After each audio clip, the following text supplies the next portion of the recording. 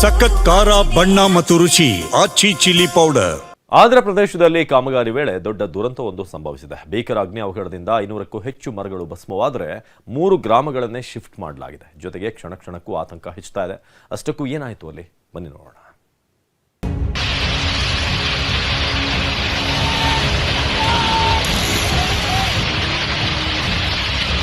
ಮುಗಿಲೆತ್ತರಕ್ಕೆ ಧಗಧಗಿಸಿರುವ ಅಗ್ನಿ ಜ್ವಾಲೆ, ತಡರಾತ್ರಿಯಾದರೂ ತಗ್ಗದ ಬೆಂಕಿ ಕೆನ್ನಾಲಿಗೆ.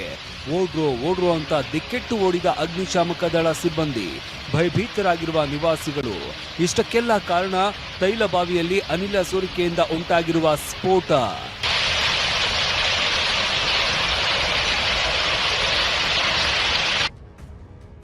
ಡ್ರಿಲ್ಲಿಂಗ್ ತಾಣದಲ್ಲಿ ಅನಿಲ ಸೋರಿಕೆ, ಧಗಧಗಿಸಿದ ಬೆಂಕಿ ಜ್ವಾಲೆ.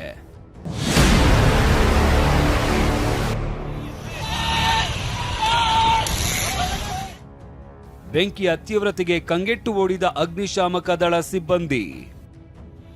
ಬೆಂಕಿ ನಂದಿಸಬೇಕಾದ ಅಗ್ನಿಶಾಮಕ ದಳ ಸಿಬ್ಬಂದಿನೇ ದಿಕ್ಕೆಟ್ಟು ಓಡ್ತಾ ಇರೋದು ಆಂಧ್ರ ಪ್ರದೇಶದಲ್ಲಿ. ಅಷ್ಟಕ್ಕೂ ಏನಾಯ್ತು ಅಂತೀರಾ? ಕೋನಸೀಮ ಜಿಲ್ಲೆ ಮಲ್ಟಿಪುರಂ ತಾಲೂಕಿನ ಎರುಸು ಮಂಡಲಂ ಗ್ರಾಮದ ಬಳಿ ONGC ತೈಲಬಾವಿ ದುರಸ್ತಿ ಕಾರ್ಯದ ವೇಳೆ ಅನಿಲ ಸೋರಿಕೆಯಾಗಿತ್ತು. ಕ್ಷಣಾರ್ಧದಲ್ಲೇ ಇಡೀ ಪ್ರದೇಶವನ್ನ ಅನಿಲ ಆವರಿಸಿತ್ತು. ನೋಡ್ತಾ ಇದ್ದಂತೆ ಭಾರೀ ಸ್ಫೋಟ ಸಂಭವಿಸಿ ಬೆಂಕಿ ಜ್ವಾಲೆ ಮುಗಿಲೆತ್ತರಕ್ಕೆ ಚಿಮ್ಮಿತ್ತು.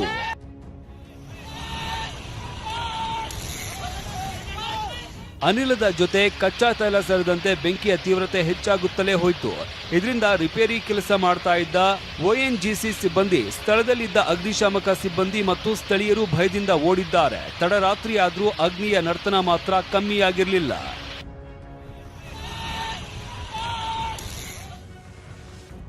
ಐನೂರಕ್ಕೂ ಹೆಚ್ಚು ಮರಗಳು ಭಸ್ಮ, 3 ಗ್ರಾಮಗಳೇ ಶಿಫ್ಟ್. ಭಾರೀ ಬೆಂಕಿಗೆ ಕಾಮಗಾರಿ ಪ್ರದೇಶದಲ್ಲಿ 500ಕ್ಕೂ ಹೆಚ್ಚು ತೆಂಗಿನ ಮರಗಳು ಸುಟ್ಟು ಕರಕಲಾಗಿವೆ. ಈ ಅವಘಡ ಸಂಭವಿಸಿದ ಬೆನ್ನಲ್ಲೇ ಮುಂಜಾಗ್ರತಾ ಕ್ರಮವಾಗಿ ಡ್ರಿಲ್ಲಿಂಗ್ ತಾಣದಿಂದ 5 ಕಿಲೋಮೀಟರ್ ವ್ಯಾಪ್ತಿಯ గ్రామಗಳ 600 ಜನರನ್ನ స్థలాంతరಗೊಳಿಸಲಾಗಿದೆ. ప్రాణాలు అర్చేతపడి పారిపోయారు. అధికారులే పారిపోయారు. ONGC అధికారులు కూడా ఇవాళ కిలోమీటర్ రేడియేషన్లో ఉన్నటువంటి ప్రజలందరినీ ఖాళీ చేస్తున్నామని చెప్పారు. కానీ వందలాది ప్రజలు ఇవాళ బతుకు భయంతో బిక్కుబిక్కుపడ్డా ఉన్నారు. ಪರಿಸ್ಥಿತಿ ಉದ್ವಿಗ್ನವಾಗಿದ್ದರಿಂದ ನಿವಾಸಿಗಳು ಮನೆಗಳನ್ನ ಬಿಟ್ಟು ತಮ್ಮ ದನಗಳನ್ನ ಸುರಕ್ಷಿತ ಸ್ಥಳಕ್ಕೆ ಸ್ಥಳಾಂತರಿಸಿದ್ದಾರೆ. ಇನ್ನು ವಿದ್ಯುತ್ ಬಳಸದಂತೆ, ಸ್ಟವ್ ಅಂಟಿಸದಂತೆ ಜನರಿಗೆ ಸೂಚಿಸಲಾಗಿದೆ.